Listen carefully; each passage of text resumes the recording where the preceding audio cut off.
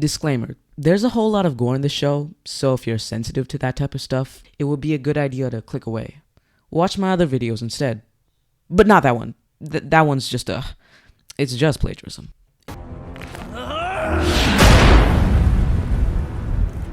Please. Invincible is a good show. I mean, I like it. It's good. It's got great character writing, nice world building. It's just good. Of course, this is my opinion, and if you disagree with me, I'll kill you. Now, recently, the show has faced more criticism as opposed to season 1, where everyone and their grandma was praising it. All these criticisms are valid, of course. Heck, I even agree with a lot of them. However, this isn't one of those videos. I'm not going to talk about how season 2 or 3 is worse than season 1, or how the show fell off or something. I'm here to talk about an arc that's plagued the show since season 1, and for some weird reason has refused to leave. And no, I'm not talking about Amber. I'm talking about the Martians. In season 1, we're introduced to this guy, Martian Man, a member of the Walmart Justice League, totally not inspired by Martian Manhunter. Obvious plagiarism aside, he seems cool. His relationship with his kid could be interesting, and I'm always a sucker for those types of stories, and oh, he dies. Spoilers, I guess? Everyone already knows this, but Omni-Man kills him and the Guardians. But as we see later, the Martians come back. Oh boy, do they come back. But first, we gotta talk about today's sponsor, which is nobody. I have 22 subscribers. I'm broke. Nobody's sponsoring me. Nobody's sponsoring me. Alright, so in episode 4, Mark goes to space to protect some astronauts on Mars. And he meets the Martians on Mars. I know, crazy. Who also speak English because, of course they do. The Martians want to kill the astronauts because of these things, the Sequids, a world-destroying race that controls people via piercing their skin. Except Martians, since they can shapeshift, and Viltrumites due to them being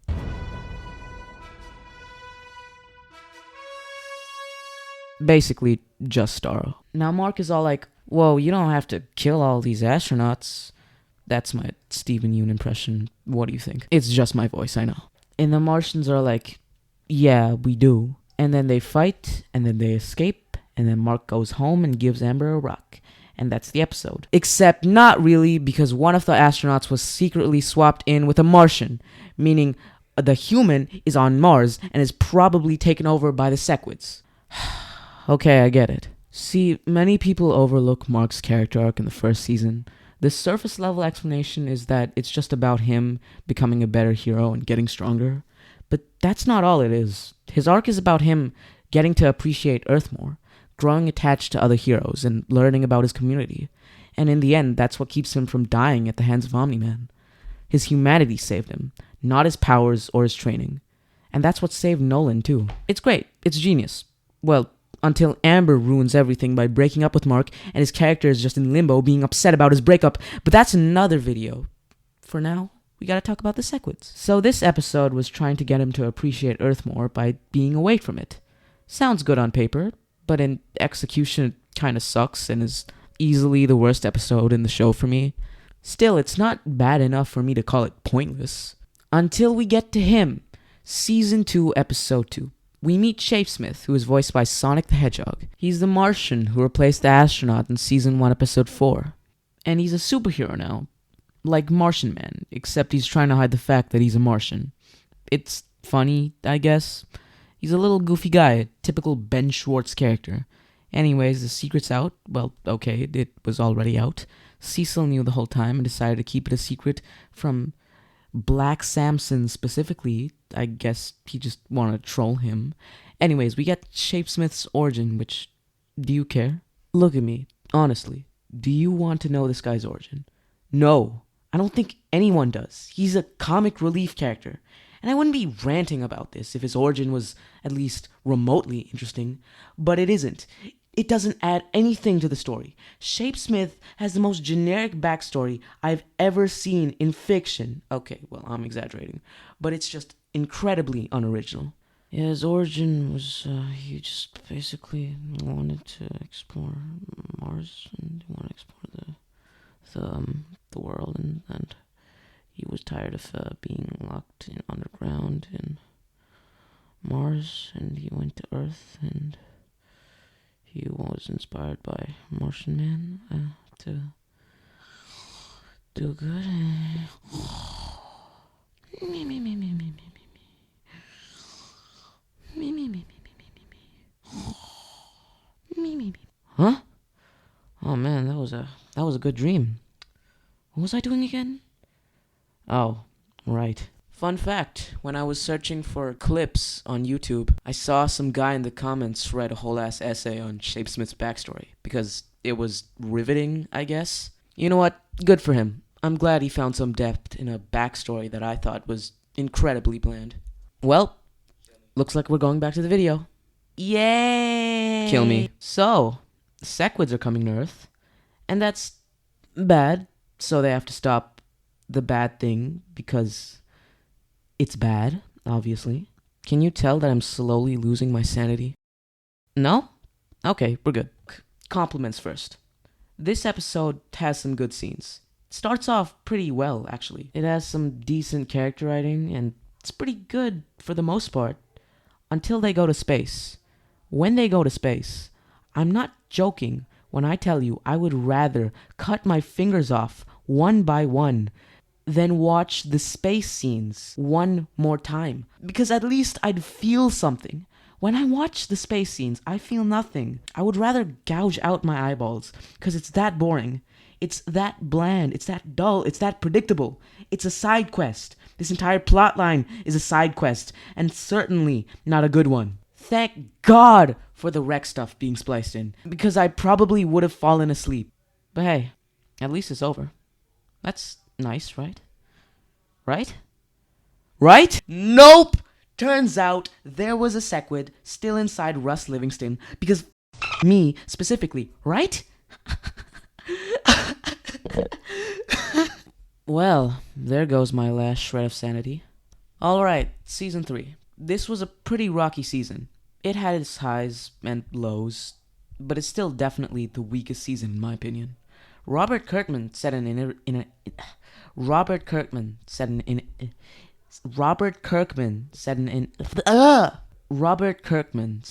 an interview that he wanted every episode to feel like a season finale, which is probably the biggest flaw with the season.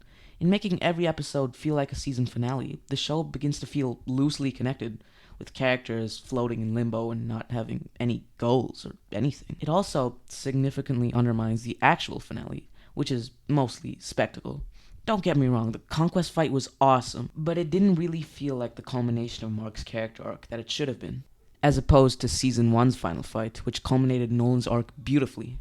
I still like this season, but it's really hard to ignore its problems. Except forget everything that I said. This season has no Sequids. I repeat, no Sequids. This is the greatest season of Invincible. No, the greatest season in television history. Thank you, Robert Kirkman, for... Wait, no. Wait. No. He's not gonna just forget about the Sequid stuff. That's lazy and bad writing. Besides, in the comics, in the...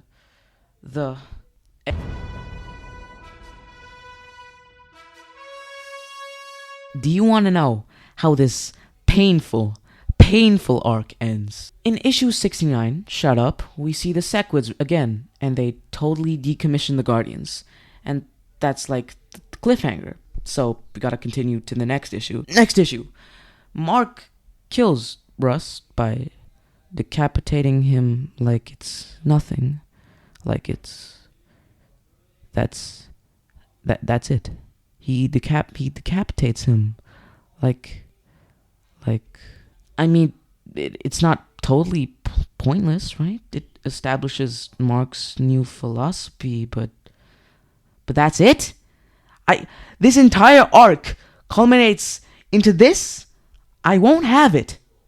We spend like 4 seasons dilly-dallying around, and this is how it ends? This is like My Hero Academia levels of bad. Oh, but Boy Who Cries, maybe they'll change a few things in the show. It'll be different, don't worry. Maybe it will be different.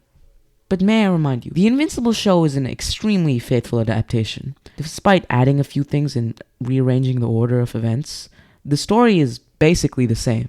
Well, okay, Dark Blood is an exception. I guess it's not my place to complain about something that doesn't even exist yet. I'll go on a season 4 with an open mind, and who knows, maybe they'll change everything and I'll take back everything that I've said. The future is uncertain. Nobody knows. What is the point of a journey? I mean, everything has a payoff, right? A destination? Something that sticks with you after it's over? That's what makes it good, right? It's like a Chekhov's gun. When it's over, it finally hits you, like a truck. But what was the payoff of all this? Nothing long-term changes at all. I mean, Shapesmith is introduced, I guess, but spoilers. He gets killed off by Robot. And it's not like he was a particularly good or interesting character either. So, what was the payoff? What was the destination? Was the destination for the journey to end? That's dumb. That's so stupid. What even is the point of this video? What do you gain from watching this